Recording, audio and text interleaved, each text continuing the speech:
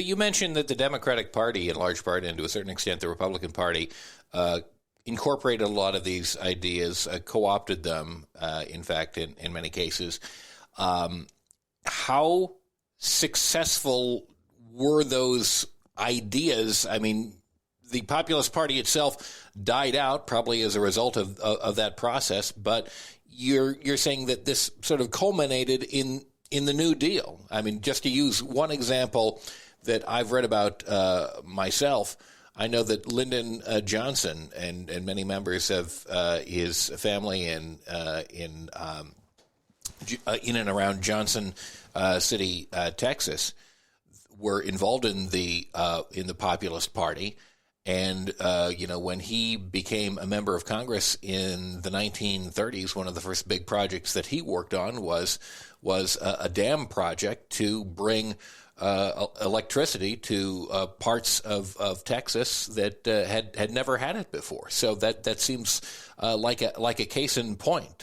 How many other fronts was the populist movement successful on in terms of, if not achieving the goals in the lifetime of their own party, generations down the line?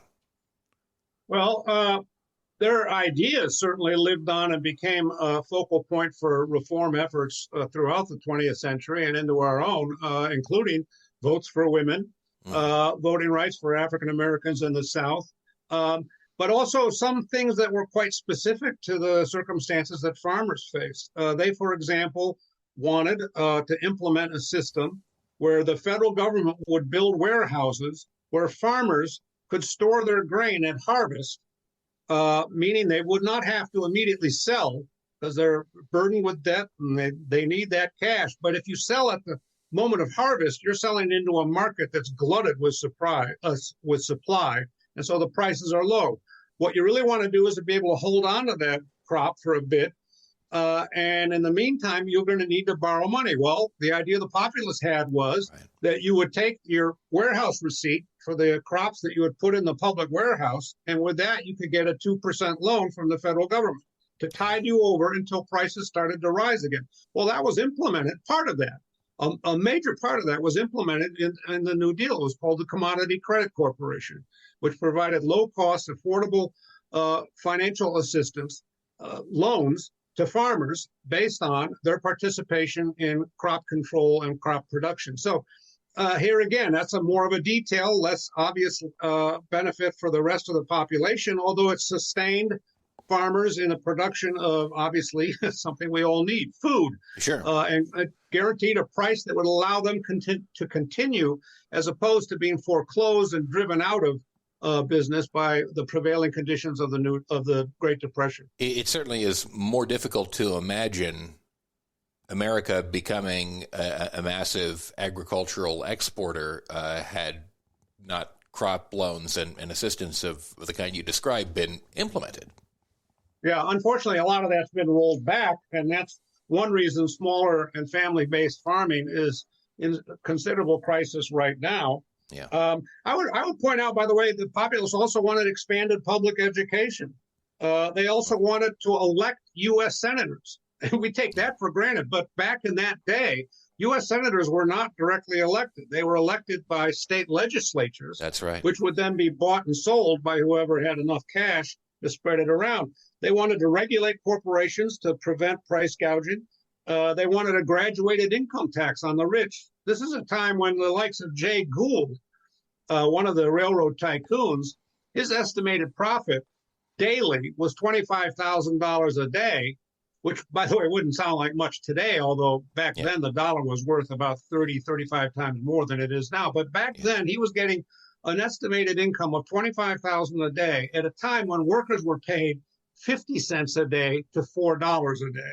So they had the same circumstances back then that we now face today. And that's why another reason I think populism is a relevant issue. We should see the historical roots of our own progressive efforts, but also understand that we're facing in many ways, the same sort of circumstances of extraordinary inequality in wealth. So again, as I mentioned at the top, we've seen a turn to the reactionary in terms of populism. But what can we learn from populism and the People's Party that can guide progressive efforts in a hopefully post-Trump era, and at this point, seemingly a post-Bernie era, where he no longer seems as prominent in terms of his efforts nationally to put forward a progressive political revolution. What can we learn from populists that could guide us in 2023?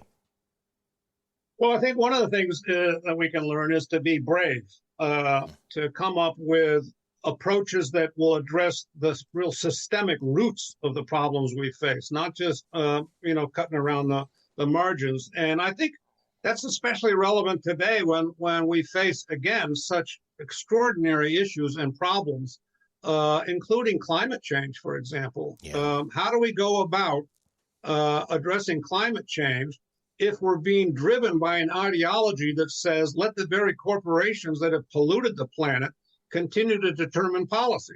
Exxon should not be driving a solution to climate change. It should be an increase in democratic power, and I mean democracy with a small d, that allows us to basically change the dynamics of economic development and investment. It should be according to what we understand to be the urgent needs of a population that's going to have to be dealing with extraordinary issues of climate change, with issues related to the ongoing difficulties faced in urban America, in rural America for that matter, abandoned by both parties in many respects, that favor, in the case of rural America, the likes of Tyson Foods, rather than the circumstances that many small farmers are trying to deal with. Yeah, it continues to this very day. Steve Babson is the author of Forgotten Populists: When Farmers Turned Left to Save Democracy. Where can folks find more about your book, connect with you personally on social media, etc.? Well, there's a website they can go to called ForgottenPopulist.com, and there's ordering information there. They can order it through Powell's Books, which is a unionized bookstore, by the way, in Portland. It has a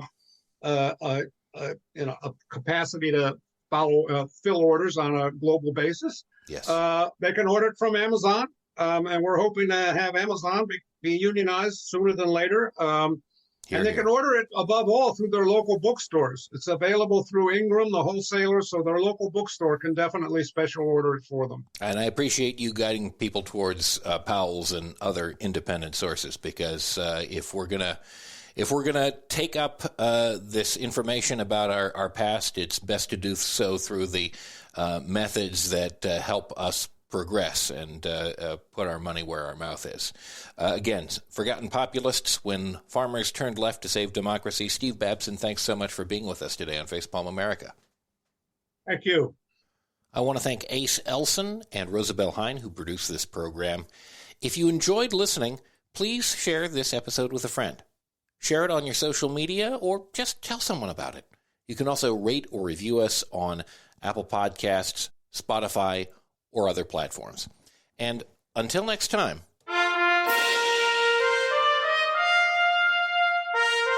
enjoy the day.